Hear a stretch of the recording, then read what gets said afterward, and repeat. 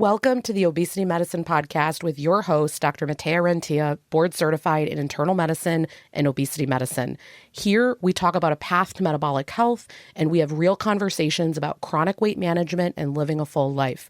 Just a reminder, I am a physician, but I'm not your physician. So everything that's on this podcast is for informational purposes, but please go talk to your doctor about what's right for you. There is no medical advice being given on this podcast. Welcome back to another episode of the podcast. I'm so excited today to talk about food planning.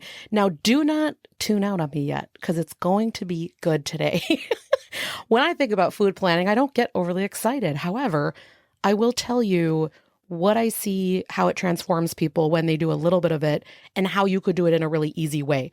So first of all, how's the weather by you? I feel like definitely we're in spring, summer's coming, the weather is turning so nice, we're outside more. That is definitely helping me out.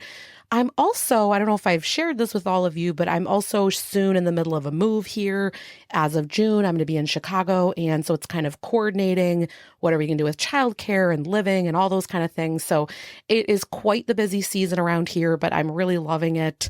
Just getting to experience the weather changing. I think it's making all of it better. So let's get to today's topic. I want to talk about a lot of people want to get to a new place with their weight and with their health goals. And, I always talk about body image. There's lots of things that people want to change, but they keep finding themselves in the same place. And let's just start here. That is normal.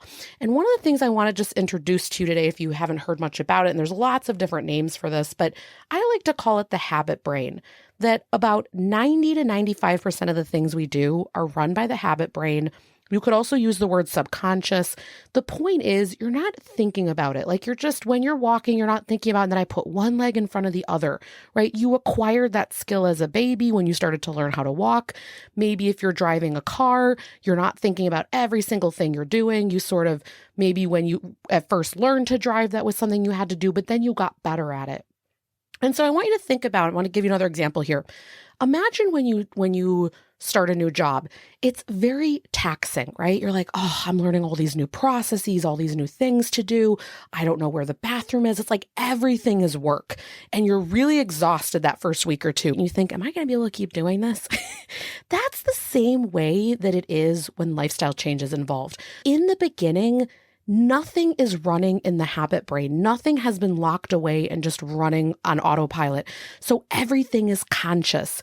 And when everything is conscious, it's a very exhausting process. I want to normalize to you, if you are either at the beginning of your journey or maybe you've plateaued somewhere and now you're kind of needing to go through the next sprint where you kind of figure out, what else am I going to change? What else am I going to do? Because ultimately, we're going to have to keep changing what we're doing. Otherwise, our body gets used to it. We kind of know this based on metabolic adaptation.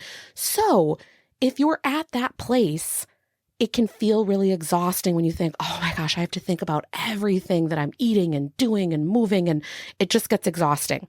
But this is what I want to tell you. If we can use a little bit of planning, but today we're going to focus on food planning. If we're able to use that as a tool, you can get a different outcome. And this can be something that can be really powerful. So how is it that you start to break some of these patterns that, like a computer, you start to program something new away into that hardware? How do we do that? How do we change your neuroplasticity in your brain, get a different outcome? It's through making decisions ahead of time and using planning. And what this is going to do, when you do this, you are going to make the decision ahead of time, and then you're going to go with it even if you don't feel like doing it the next day, because you never feel like doing it. Something always looks like it's going to taste better. You're going to want to do something else. But there's that moment when you planned it, and it's a gift to yourself if you can just go ahead and follow through with what you planned, and it's going to reveal a lot. So let's talk about planning real quick. Number one, I want to talk about how we have those habit loops, right, that I talked about. Everything's just running on autopilot, that habit brain. And it's like a computer where everything's been programmed away in a certain way. And when you make those decisions, What you're going to do is you're making that plan ahead of time and you're able to set the intention of how you want things to go.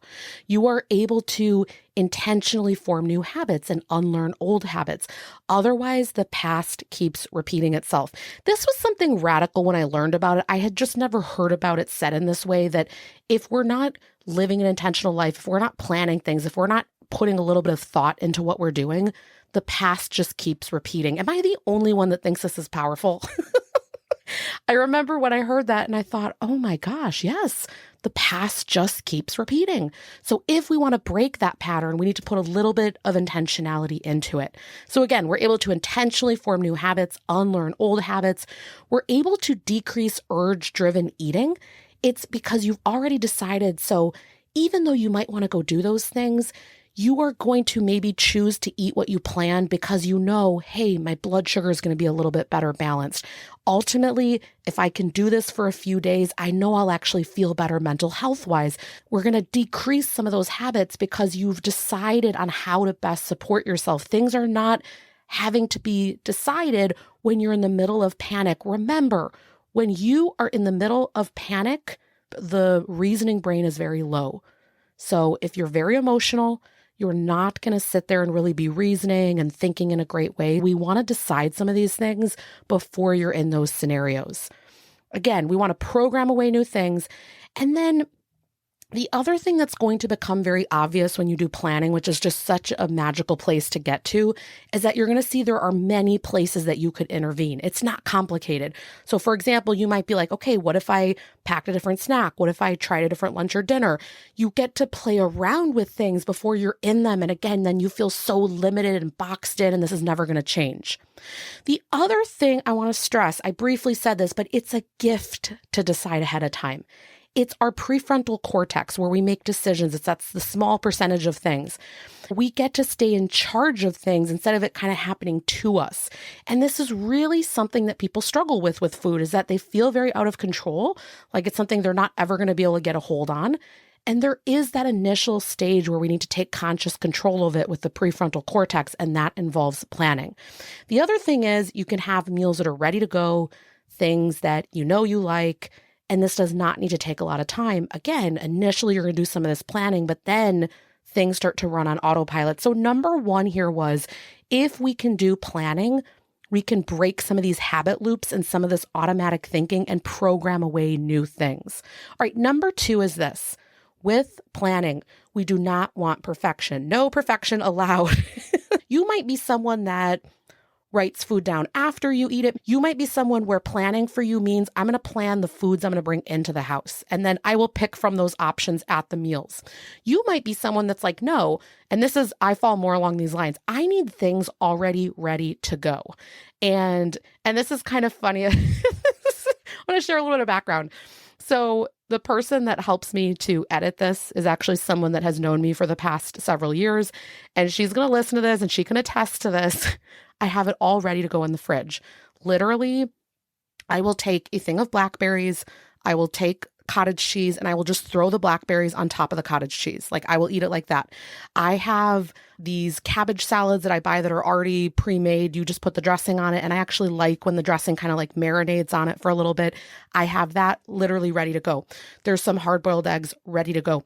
These things need to be already in smaller containers. So part of my planning, it's not only what comes in the house, because there's certain staples that I keep, and I think we've talked about that.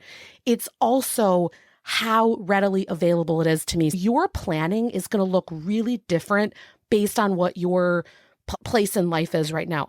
I have some patients that are more retired and they just love making these beautiful, healthy meals. And I love, they'll even share some pictures with me. I'm so inspired by it. It's just based on what place in life they're at and what they enjoy. Some people love cooking, so go ahead and cook every meal, no problem.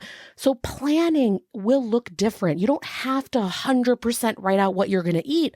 Part of your planning could be, I'm going to get a veggie and a protein with every single meal. That's something that I generally like to encourage with patients. And so that's something that I don't know that you're going to be successful in that if you don't have those things in the house, or maybe even have them prepped a little bit. So that's a decision that you get to make. But my point here is this: we don't need perfection. It's not always going to go perfectly. And here's the thing, we want to learn from that. So I always say, don't let an overeat go to waste. I want you to learn when you overeat or when you eat off plan, things like that. Why? Why did that happen? So within my clinic, we have something called the Write It Down and Move On worksheet. And this looks at, where was I sitting? What was I thinking? What was I telling myself? Okay, what could I do differently next time? You start to learn, where are the cues, the triggers? When is this happening? Because it's usually the same thing all the time. We like to think it's dramatic and I'm never going to be able to be successful and I can't believe I'm doing this. But usually it's the same thing all the time. If we let go of perfection, that's not required for you to plan and to take care of yourself and be more intentional in this area. Life gets a lot easier. The next thing I want to get into with planning is that it gives you data for later to look at so that it's not drama. How are you going to change if you have nothing to look at? You're not able to really be the scientist of your body. I always say that in multiple aspects. One being the scientist of your body is, okay, how does food feel like an hour or two after I eat it, right? That's one way. The other way of being the scientist of your body is to literally just look at the data. Okay, here's what I'm eating. Here's what the numbers are doing. If your weight is plateauing, you're not losing more weight, and you know, yep, I have a lot more to lose, so I know I'm still heading on the way down. Guess what? You're eating for maintenance, not a problem, but your body's letting you know for what you're doing right now, that's where it's wanting to maintain. And again, I always say work with your doctor and a registered dietitian or whatever your team looks like, because sometimes it's that you're continuing to eat too much and we need to work on that. Sometimes though, again, depending on if you're a med or not, or I don't know what your scenario is because everyone's different. Some people actually are under eating and they're shutting down their metabolism. So I know that's not helpful because you're like, well, which one am I? Well, this is why, again, I give you broad strokes here, but I do want you to work with your team. If you don't have the data, if you tell me my weight's plateauing and I say, okay, send me your food journals from the past few weeks, and you don't have consistently what's going on, it's very hard to come up with the next plan because we don't know what's happening. The thing that needs to happen here, though, is, you know how I said number 2 was no perfection? If you're being perfectionistic about it, you're never going to have all that data because at some point you're going to overeat something or eat off plan and you're going to maybe have shame and not want to write it down. So we have to let go of all of that and we just write it down just so that we have it. It allows for data when you do planning. The fourth thing is this, it's got to be simple. In my clinic, we have a planner that you can use, but I'm not even dogmatic about saying that people need to use that. It's a resource. It has some suggestions, but maybe you want to just take your phone and do it in the notes section. I used to do reverse chronological order and I would write the things I ate and just literally one day after another and always starting at the top so that I didn't need to scroll all the way down. Because the other thing is most of us are creatures of habit. And so we'll just literally, you could just like copy and paste the last day to the next day and change what you do. It's usually not hard. Are you someone that just likes a little pen and paper? I realize it just works really great for me. I guess I'm old school. I will just write things down in that capacity. It helps keep me aware of what's happening. But here's the key that I always say, 2 sentences or 2 minutes. This is not this massive process where it's taking over your life. When people say, oh, am I going to have to keep the future forecast? Am I going to have to do this for the rest of my life? And they're doing those things. And I say, I don't know. I can't answer that question right now. Because just like we spoke about, with time, these new habits are going to get kind of programmed away. So a lot of those habits, the longer we do it, the longer we can stick with it, the longer it's actually in integrity with how we want to live, those things do actually get filed away. Is it going to look the same right now when you start compared to 5 years down the road? Of course not. But maybe there's going to be some level of accountability. Again, if we look at that national weight registry, people are tracking in some capacity. They're weighing themselves. They're walking daily. They're doing things like that. I have found personally, when I stop tracking, because of course there's times when I don't track, I just notice the weight go up. And I've just come to this place where I say, all right, if it takes a minute or 2 daily for me to roughly think of the proteins I'm going to eat and how I'm going to do it, that's worth it for me to keep this weight off and to keep going. And then I'm also able to keep working on some different things. Otherwise, I just forget that this area of life exists. That's just the way my brain is, and that's okay. But if it's complicated, you're not going to want to come back to this. So remember, planning can just be I make sure that the food is stocked in the house once a week, whatever your routine looks like. Planning could be, no, I literally package it up and have it good to go for the next day. That's more my style. Planning for you could be, I've got vats of protein and veggie, and I just dip into it when I'm hungry. It can look so different, but the first thing is you've got to get honest with yourself.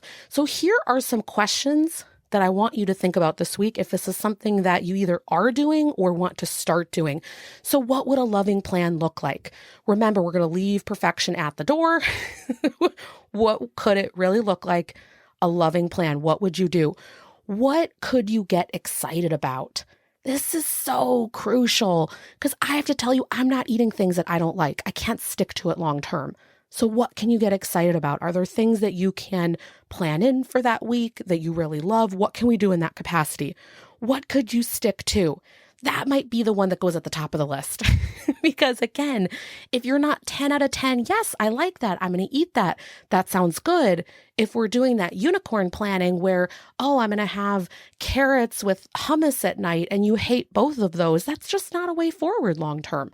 So really asking yourself, what could I stick to? And then the other question that you could ask yourself is, do I need help on this? So there is an aspect often of, I just say a skill gap. This means that you maybe really don't know how to make planning easy. You don't know how to do things a different way. Maybe you're so indoctrinated in, I use this term diet culture. It's where someone said, this is 100% what you're going to do. You're going to follow this meal plan. You're going to do these things, and you've never been able to stick to it long term. So if you don't know how to think creatively and think outside the box and ask yourself some different questions and have ideas for how to tell what hunger is and what enough is, and maybe some ideas for what to plan, get yourself some help. Is it talking to a doctor? Is it talking to a registered dietitian? I myself just met with one. It was super helpful. I didn't know the protein goal. I'm continuing to lose weight and I just needed some guidance. What am I supposed to do here? What's interesting is I'm a vegetarian and I know just from having looked over my data, I'm not getting enough protein. But honestly, I had a block. Can you imagine this? I'm Obesity Medicine board certified. I help patients with clarity all day long on this. Everyone's getting results. And for myself, I can't see it clearly.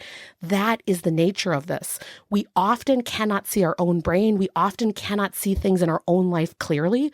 So who else needs to get involved here? Do I need to do a session or two with a dietitian? Is there some emotional eating going on? Do I need to talk to a therapist? Is there a coaching program? There are so many resources, and maybe we need to do a whole episode on that. But where do I need to get some additional help so that I can increase my skills so that this is easier? All right, I'm going to go ahead and leave it there. That's what I have for you today. If you're loving this podcast, I want to make sure that you all know that I have an email list. We can call it a newsletter, but it's an email that goes out once a week. It lets you know what episode's coming up. It has some really great information in there every so often, different things that I wouldn't announce on here. So if you want to get on that, the best way to do that is to go to renteaclinic.com. I'll have the link in the show notes. And if you click on the podcast link on the upper right-hand corner, you can subscribe to the email newsletter for the Obesity Guide with Rentea MD. So I hope that I see all of you on there, and then that way you just make sure that you don't miss out on anything. Thank you so much for being on here today. I hope you got some great ideas, and hit reply if you're on that email list. Hit reply this week. I want to know what your thoughts are. Do you like to plan or not? And what's the challenge for you? All right, speak to you all next week. That marks the end of today's episode, but if you're newer to the podcast, I want to tell you about something that we have, and it's a free podcast roadmap. So this is perfect for any of you that are listening where you want to be directed to very specific episodes. So let's say that you are just starting out and you want to know, what should I do right when I start on the medications? Or you're experiencing certain side effects on the GLP-1s, or you want to know what to do if you're in a plateau, or if emotional eating is taking over, or if hunger levels are high. So we have many different categories of episodes that we've talked about, because there's a lot at this point. So if you want to be able to navigate that very easily, we have it broken down by category, and also the episodes that are there, and we hyperlink to everything. So you can just click on it and find the episode, easy peasy. If you want that, you can go to renteaclinic.com/podcast roadmap. We'll have it linked right here underneath the show notes where you're listening, and you can go ahead and get that free resource so that it makes it easy for you to navigate, because I know that it's really hard when someone has an established podcast. I am such a podcast fiend. I'm listening to podcasts all day long. And when I find one that I love, but there's a lot that are out there, I am so lost. So I hope that you enjoy this free podcast roadmap. Again, the link to get to that is going to be renteaclinic.com/podcast roadmap. I hope this is helpful and let me know if you have any questions.